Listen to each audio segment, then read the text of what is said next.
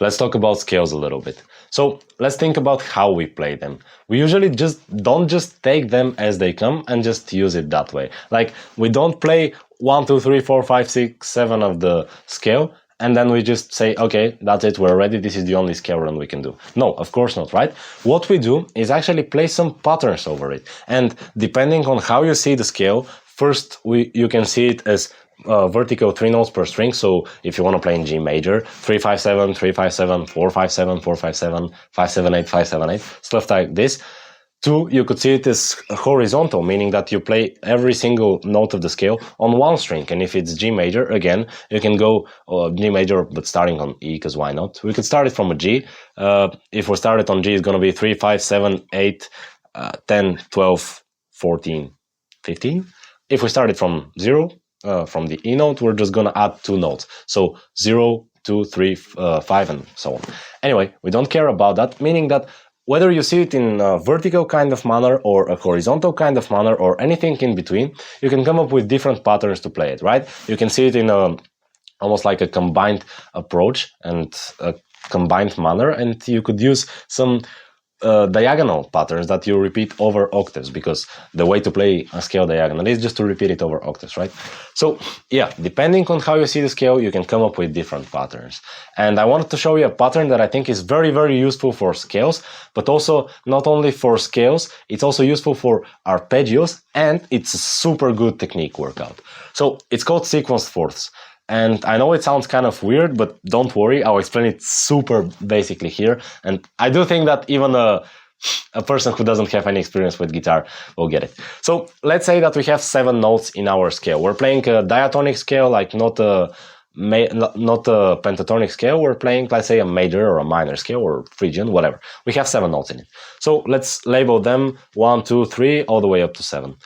And what we're gonna do is we have like a sliding window, and this window has 4 spots on it. So 4 notes can go inside of the window at a time. And what we're gonna do is we have them 1, 2, 3, 4, 5, whatever. We're gonna play the first 4 notes. So we take the window and we put it over the first 4 notes. We go 1, 2, 3, 4. Okay, we played those notes. Then we slide the window to 1 note higher, and we're gonna go 2, 3, 4, 5. Then we slide again. We put it on the 3rd note, and we go 3, 4, 5, 6. Then after that, we start from the 4th note, and we're gonna go 4, 5, 6, and then the 7th note. Yeah, so this is the idea of sequence fourths. You can hear how it sounds, and really, if you don't understand it, I encourage you to slow the video down, like watch how I'm playing, maybe try to understand yourself how to play it just with me or on your own, doesn't really matter. Come up with a way to understand it, like maybe take the diagram from internet, just Google the G major 3 notes per string diagram and understand what I'm playing rather than just continue watching the video. I do encourage you to stop it if you need it. So here's how it sounds.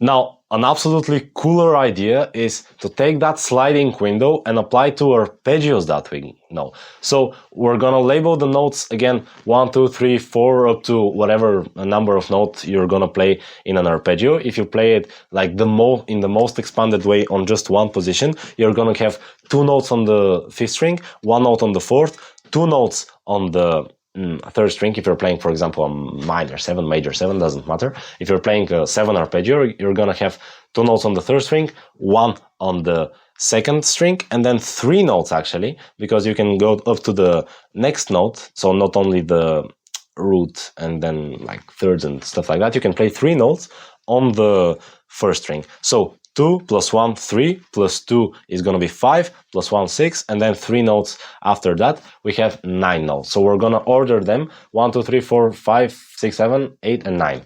Then what we're going to play is, again, sliding window. We have 4 notes, like 4 spots in the window. We go first 4 notes, so 2 notes on the 5th string, 1 note on the 4th, 1 note on the 3rd. We slide up, we go 1 note on the 5th, 1 note on the 4th, 2 notes on the 3rd. And we went 1, 2, 3, 4, then slid up, 2, 3, 4, 5, slid up, 3, 4, 6, and 7, and 3, 4, 5, and 6.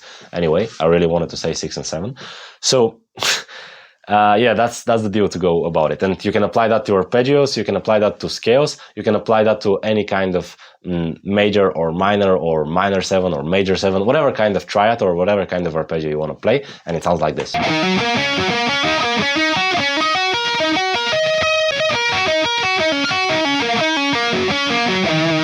Now, one cool way to change it is that to realize that the sliding window doesn't actually contain only 4 notes and that's it, we're fixed with that. No, we can also do it with 3 notes. So the sliding window can have only 3 spots. So we first start with first 3 notes, we go 1, 2, 3, then we go 2, 3, 4, 3, 4, 5, and so on. And again, this works both with scales, and mostly how I've applied it is to scales. I've probably not played it with arpeggios in a real setting, but it can sound very, very cool. And it's a way to expand how fast you're gonna, like to slow down kind of how fast you're gonna go through the arpeggio and make it more of a suspense sound rather than just sweeping all the way through it and then you're done with that and you didn't really take advantage of it. I mean, yeah, you did some sweep picking, you showed off that you know the technique, but it didn't really sound super interesting. So this is the way to actually take advantage of the chord, and if you're gonna play some awesome arpeggio, well, better make the listener hear it, right?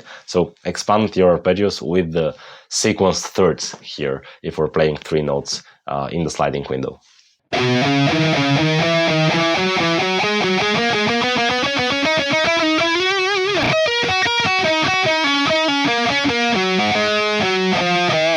With regards to technique, for scales, what I do is usually just alternate pick my way through everything, because it's not that hard. Yeah, I mean, I guess you have 3 different groups to play. So if you're playing sequenced fourths, you can go 3 notes on one string, 1 note on the next, 2 on both of them, and then 1 on the first and 3 notes on the next, and then you repeat.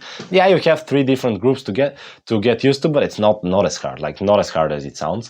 For sequenced thirds as well. Now, for arpeggios, the most important thing that I do is gonna be the picking. So what I do, every single time that I'm playing a group, I only do downstrokes, and then the final pick stroke of every group is going to be an upstroke. That is when I'm ascending. So I have sequence fourths, I have 4 notes. I go down, down, down, up. And this is again if I don't have a hammer on or anything like that. Then if I'm ascending, 4 notes again, and I'm going to go only downstrokes, and then the final note of every group is going to be only upstrokes, and then the final note of every group is going to be a downstroke, so that I could go back to the previous string and I can continue the cycle with 3 upstrokes and 1 downstroke. So up, up, up, and then a downstroke on the final one. And you really need to think, if you really need to think about why I'm doing that, well, when I have, let's say I have only 1 note per string on every single string. So I'm playing 6th, 5th, 4th, and 3rd string. And I am going 4 notes, 4 strings at a time. So 6, 5, 4, and 3. Then after that, I want to be closer to the 5th string. So instead of me finishing off with a downstroke and being in between the 3rd string, like if this is the 3rd string and this is the 2nd string, and I want to start from the 5th, instead of me finishing here, I could go like 6th string, sadly I don't have 6 fingers, 6th string, 5th string, 4th, 3rd, and I'm super closer to the 5th string compared to having to go out of here and put the pick and reposition it over the 5th string. So same thing when descending. I go up, up, up, down, and I'm closer to the 2nd string instead of me finishing off here, taking it out, and then continuing from the 2nd string. So here's what it sounds like.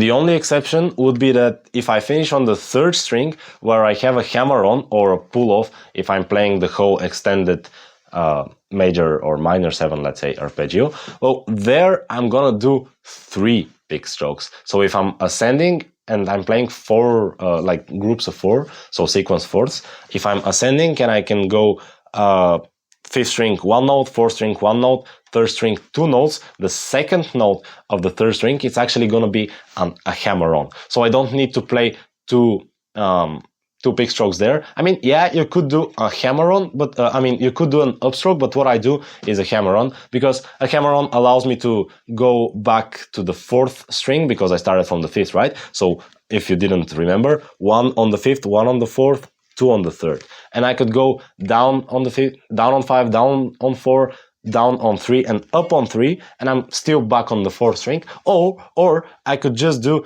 5, 4, 3, hammer on, and I'm back on 4 because I have time when I'm doing the hammer on. Same thing when descending. If I'm going 1, like I'm referring to the strings as their number. So first string is going to be 1, second string is going to be 2, all of this stuff. If I go 1, 2, 3, 3, like playing 2 notes on the 3rd string, I can either go up, up, up and down, and I'm back on the 2nd string to start off with the new group. Or what I prefer to do is up, up, up, pull off, and then while I'm doing the pull off, I reposition my picking hand to start again on the 2nd string. And when you can play all of these stuff, you can combine them like Teemu did in Winterson.